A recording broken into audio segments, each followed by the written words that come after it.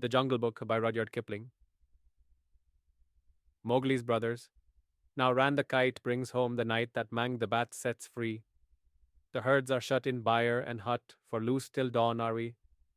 This is the hour of pride and power, talon and tush and claw. Oh, hear the call. Good hunting all that keep the jungle law. Night song in the jungle. It was 7 o'clock of a very warm evening in the Seonee hills when Father Wolf woke up from his day's rest, scratched himself, yawned, and spread out his paws one after the other to get rid of the sleepy feeling in their tips. Mother Wolf lay with her big grey nose dropped across her four tumbling, squealing cubs, and the moon shone into the mouth of the cave where they all lived. "Or," said Father Wolf, "it is time to hunt again." He was going to spring downhill when a little shadow with a bushy tail crossed the threshold and whined, "Good luck go with you, O chief of the wolves, and good luck and strong white teeth go with noble children that they may never forget the hungry in this world. Good luck go with you, O chief of the wolves." It was the jackal, Tabaki, the dish licker, and the wolves of India despise Tabaki because he runs about making mischief and telling tales, and eating rags and pieces of leather from the village rubbish heaps. But they are afraid of him too, because Tabaki, more than anyone else in the jungle, is apt to go mad, and then he forgets that he was ever afraid of anyone, and runs through the forest biting everything in his way.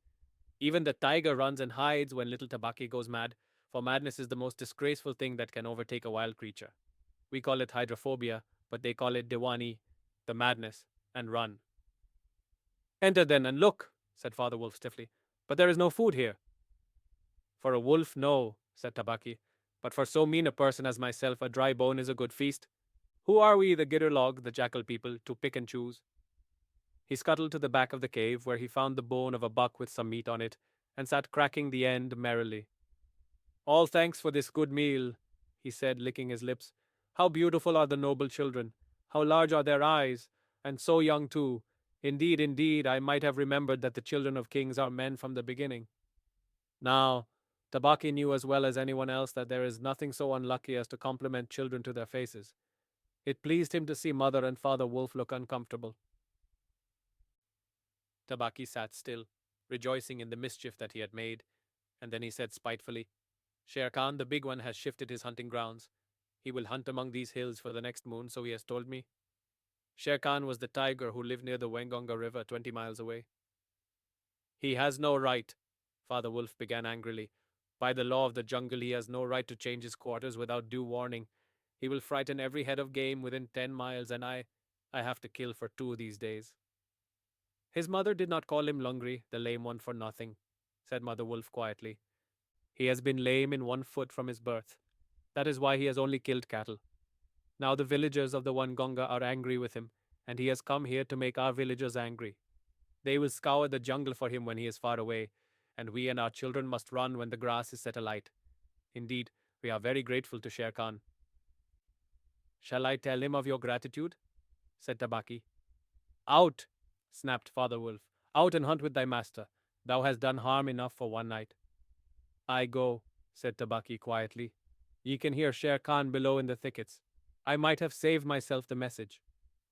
Father Wolf listened, and below in the valley that ran down to a little river, he heard the dry, angry, snarly, sing-song whine of a tiger who has caught nothing and does not care if all the jungle knows it. "The fool," said Father Wolf, "to begin a night's work with that noise. Does he think that our buck are like his fat Wengonga bullocks?" "Hush! It is neither bullock nor buck he hunts tonight," said Mother Wolf. "It is man." The whine had changed to a sort of humming purr that seemed to come from every quarter of the compass. It was the noise that bewilders woodcutters and gypsies sleeping in the open and makes them run sometimes into the very mouth of the tiger.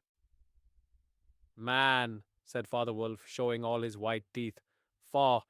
Are there not enough beetles and frogs in the tanks that he must eat man, and on our ground too? The law of the jungle, which never orders anything without a reason, forbids every beast to eat man except when he is killing to show his children how to kill, and then he must hunt outside the hunting grounds of his pack or tribe. The real reason for this is that man killing means, sooner or later, the arrival of white men on elephants with guns and hundreds of brown men with gongs and rockets and torches. Then everybody in the jungle suffers. The reason the beasts give among themselves is that man is the weakest and most defenseless of all living things, and it is unsportsmanlike to touch him. They say too, and it is true, that man-eaters become mangy and lose their teeth. The purr grew louder and ended in the full-throated ah of the tiger's charge. Then there was a howl, an untigerish howl from Shere Khan. He has missed, said Mother Wolf. What is it? Father Wolf ran out a few paces and heard Shere Khan muttering and mumbling savagely as he tumbled about in the scrub. The fool has had no more sense than to jump at a woodcutter's campfire and has burned his feet, said Father Wolf with a grunt. Tabaki is with him. Something is coming uphill, said Mother Wolf, twitching one ear. Get ready. The bushes rustled a little in the thicket, and Father Wolf dropped with his haunches under him, ready for his leap. Then, if you had been watching, you would have seen the most wonderful thing in the world. The wolf checked in mid-spring. He made his bound before he saw what it was he was jumping at, and then he tried to stop himself. The result was that he shot up straight into the air for 4 or 5 feet, landing almost where he left ground. Man! He snapped. A man's cub! Look! Directly in front of him, holding on by a low branch, stood a naked brown baby who could just walk, as soft and as dimpled a little atom as ever came to a wolf's cave at night. He looked up into Father Wolf's face and laughed. Is that a man's cub? Said Mother Wolf. I have never seen one. Bring it here.